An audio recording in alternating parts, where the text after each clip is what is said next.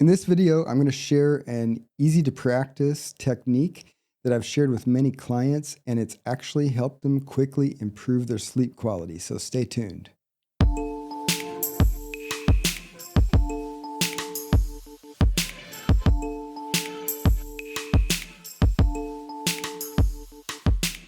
Welcome to Wellness with John. I'm John Peters, and these are resources to help you thrive. So I'm a mindfulness-based therapist, and I've been in practice for over 26 years now, working with thousands of patients to help them lower their stress and anxiety. And a very common issue that people report when they have acute or chronic stress is poor sleep quality, because higher stress tends to diminish sleep quality.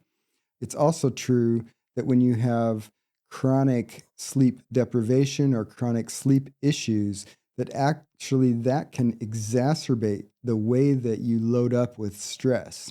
So it's a two-way street. High stress causes poor sleep. Poor sleep actually is a factor in experiencing high stress.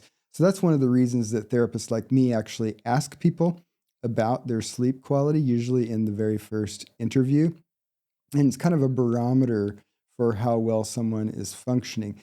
But regardless of all that, poor sleep is actually a pervasive issue. If you go look at the research where they ask people things like how many mornings in the last X number of mornings did you wake up feeling rested? In general, lots of people sleep poorly. The worst demographic, by the way, if you want to know, is people in the United States between the ages of 18 and 24. And there are reasons for that. I'm not going to go into that in this video, but regardless of your age, you may have poor sleep and you may be motivated to try to figure out things that you can do to improve it.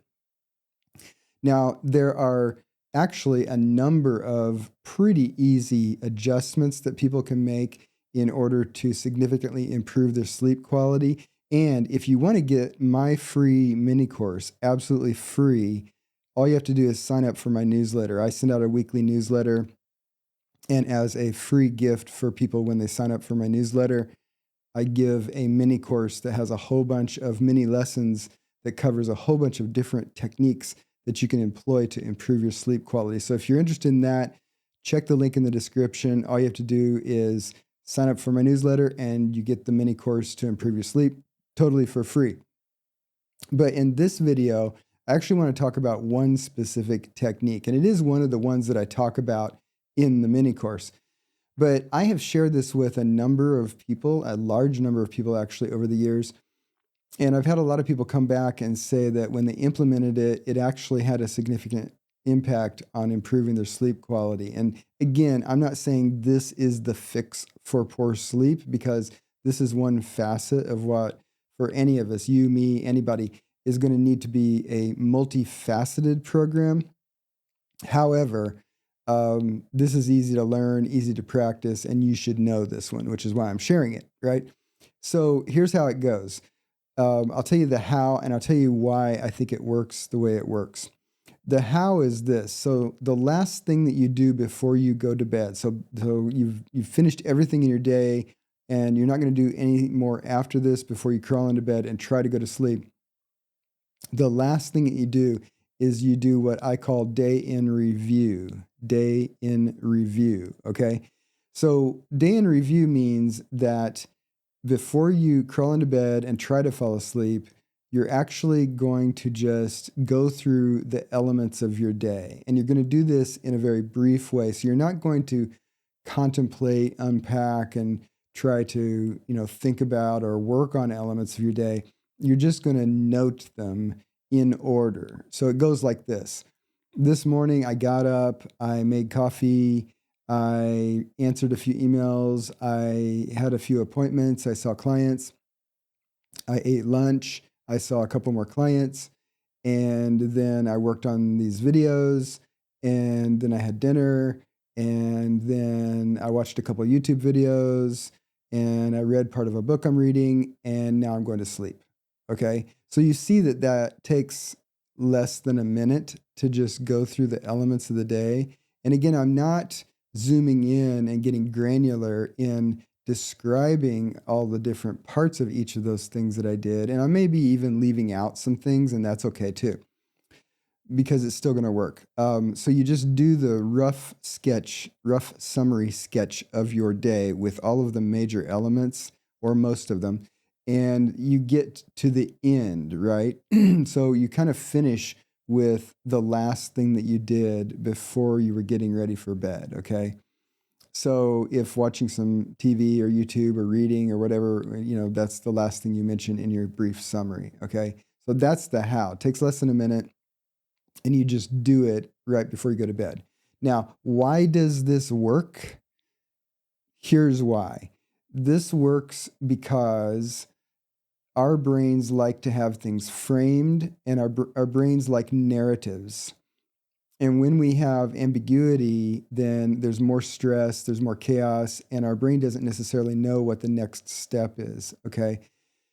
So what happens is if you say, I got up, I did this, and this, and now I'm going to bed, your brain sees that as a coherent narrative of your day. And what's the last step? Going to bed and going to sleep, okay? What's the frame? I finished my day, I had a day, it had things in it, and now I'm going to sleep, okay?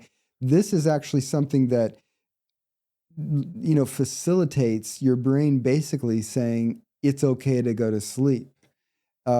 Just like a lot of other narratives in our life, right? Like people have the hitting rock bottom narrative in AA, which is like the brain's excuse to stop drinking and identifies a person in recovery, right? Or people have narratives about we were dating and we were engaged and now we're married and then blah, blah, blah. Okay. So we make sense of our lives through stories and narratives. But it's not just making sense, it's actually programming our life because we use metaphors like life is a journey, a relationship is a journey, are we moving ahead, blah, blah, blah, are we moving on through our grief?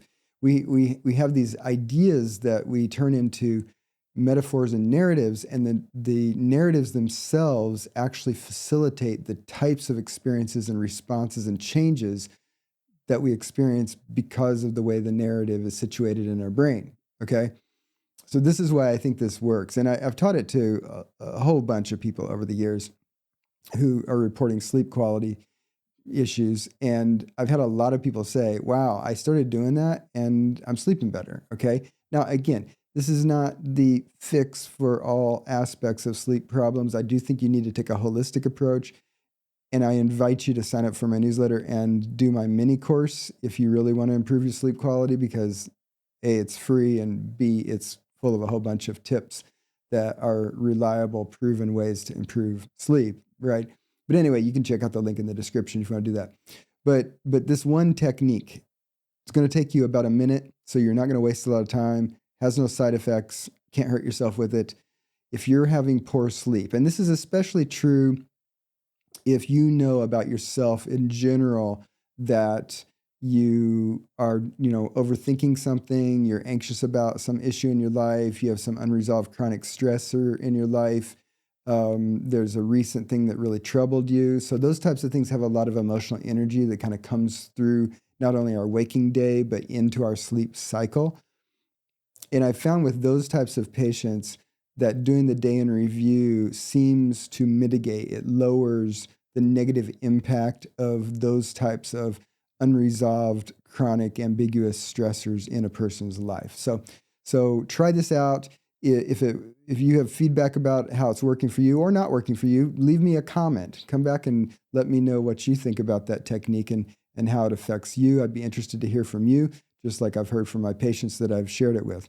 One other resource that I'll share with you is that I have another course, which is not free, but pretty inexpensive, my Stress Reduction Mastery course, which is a 2-week course to start lowering your stress on day one and also teach you to rewire your stress response so that you can permanently lower your stress.